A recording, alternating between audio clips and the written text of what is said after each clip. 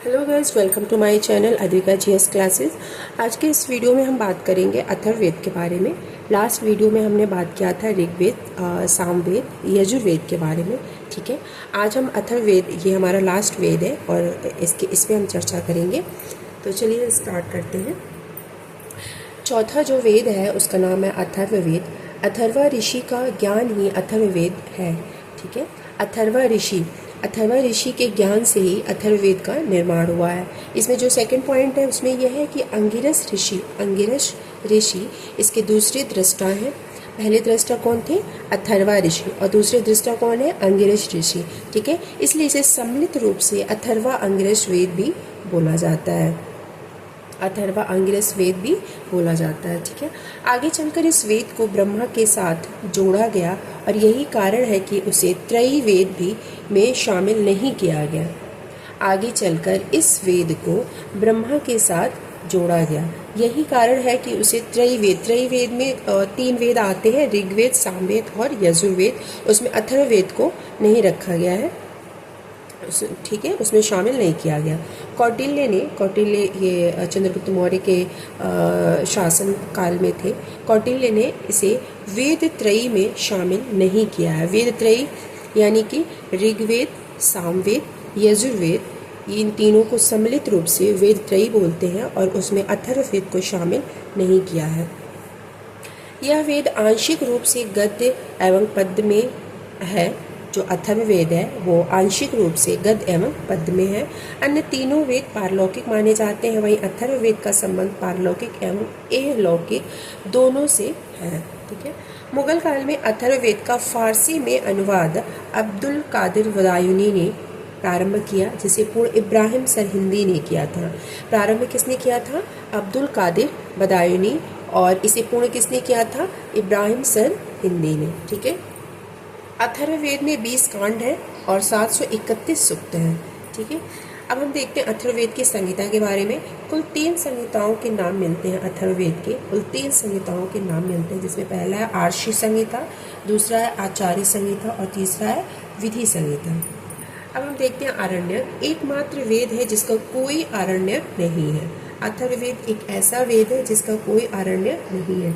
इसका सिर्फ एक ही ब्राह्मण भी है, जिसको हम गोपद बोलते हैं। अथर्ववेद का एक ही ब्राह्मण है जिसे हम गोपद बोलते हैं।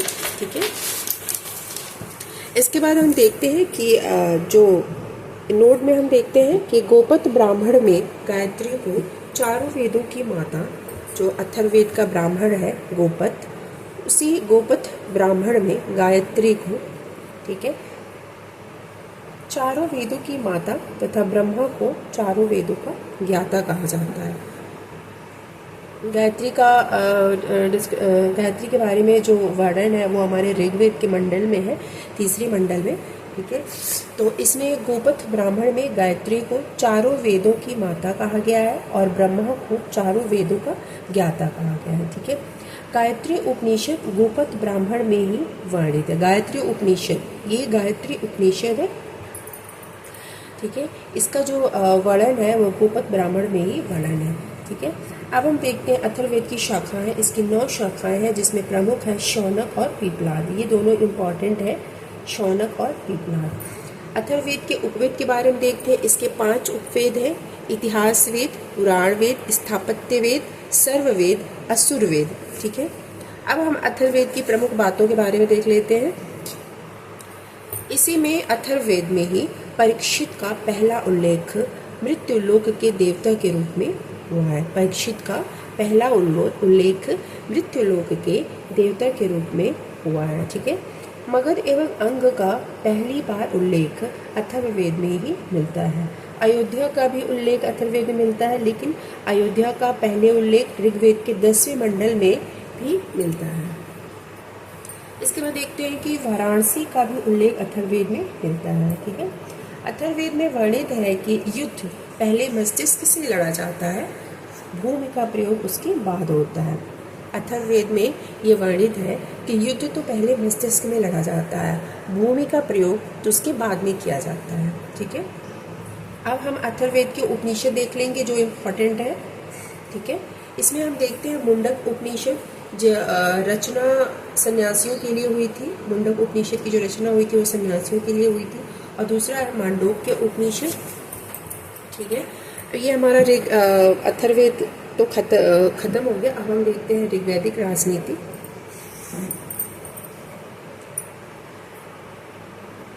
ऋग्वैदिक राजनीति में सबसे पहले हम देखेंगे कि सामान्यतः राजतंत्र का प्रचलन था। किसका प्रचलन था? राजतंत्र का। ठीक है, 10वें मंडल में गणतंत्रात्मक समिति का उल्लेख होता है। ऋग्वेद के 10वें मंडल में गणतंत्रात्मक समिति का उल्लेख हुआ है। इससे वर्णित है कि राजा ऋग्वैदिक राजा विश्वपति एवं गोपति की उपाधि धारण करता था। ऋग्वेद में 24 जनों का उल्लेख मिलता है। ठीक है, उन्हीं जनों में जो प्रमुख थे भरतवंश और पुरुवंश।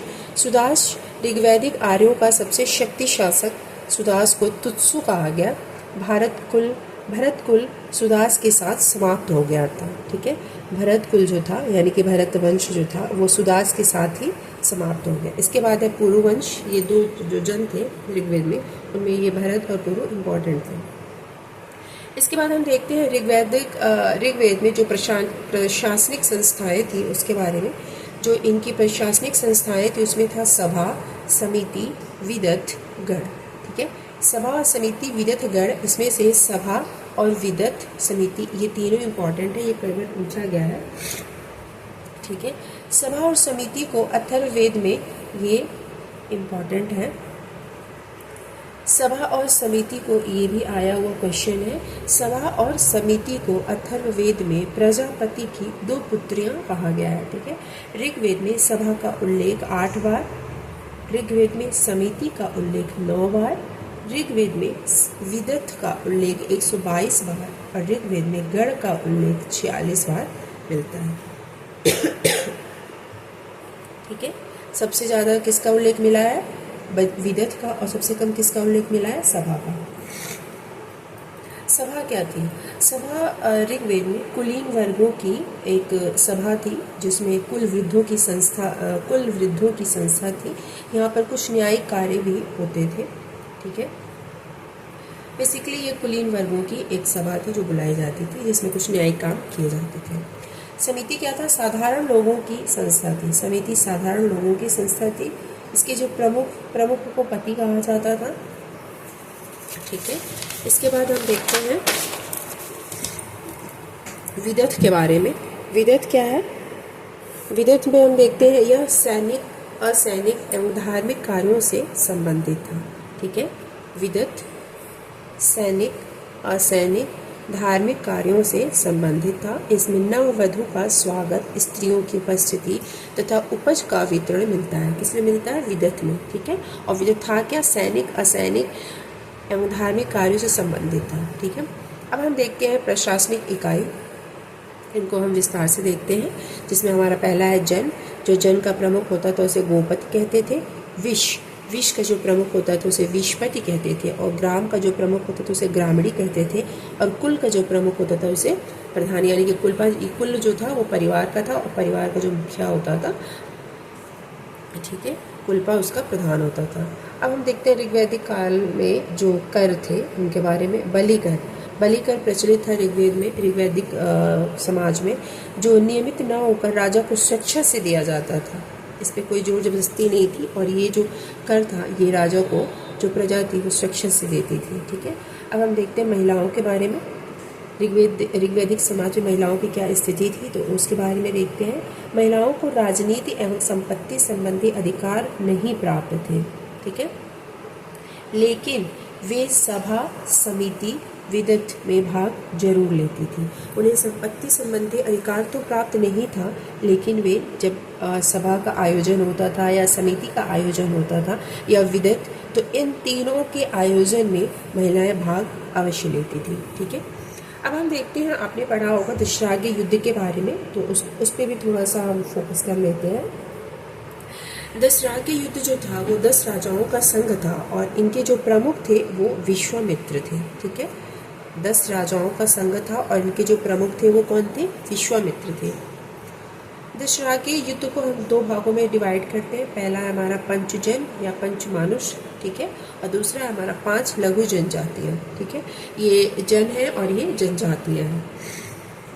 ये इंपॉर्टेंट है, कई बार ये पूछ लेता है कि निम्न में से, ऐसे ऑप्शन दे देगा और पूछ लेगा कि निम्न में से कौन जन नहीं है या कौन जनजातियाँ नहीं हैं, ठीक है। तो ये पॉइंट ऐसे आप अच्छे से इसको देख सकते हैं। जो पंचजन थे उनमें हम देखते हैं अनु, द्रह, यदु, तुर्वस, पुरु।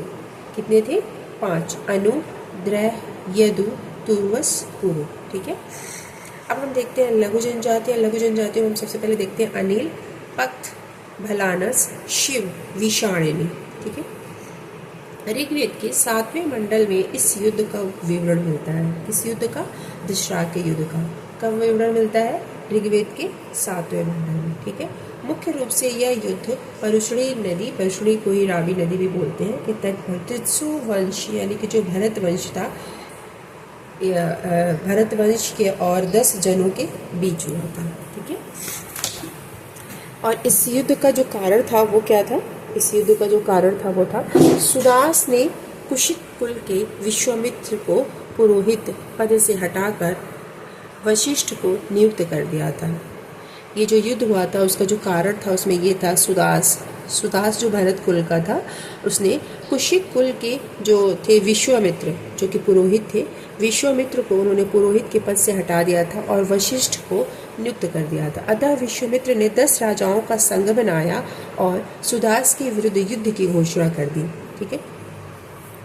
युद्ध में 3 अनार्य कबीला भी थे, जिसमें अजा, शिशु और यज्ञ थे, ठीक है। अब हम ऋग्वैदिक धर्म के बारे में बात करते हैं। ऋग्वैदिक धर्म में कुल 33 देवताओं का वर्णन मिलता है, जो कि 3 लोक में विभाजित है, ठीक है। सबसे पहले हम देखते हैं पृथ्वी के देवता। पृथ्वी के देवता में हम देखेंगे अग्नि, सोम, बृहस्पति। इसको आप ऐसे भी याद कर सकते हो। पृथ्वी के देवता कौन थे? अग्नि, सोम, बृहस्पति। अग्नि कहाँ जलाते हैं हम? पृथ्वी पर। सोमवार हमारा जो वीकली आता है उस पर, सोमवार और बृहस्पतिवार, तो ये सारे हम पृथ्वी पर ही देखते हैं। अग्नि हम यही जलाते हैं, सोमवार बृहस्पतिवार ये हमारा सप्ताह जो है हम अपने पृथ्वी पर रहकर ही देखते हैं, ठीक है।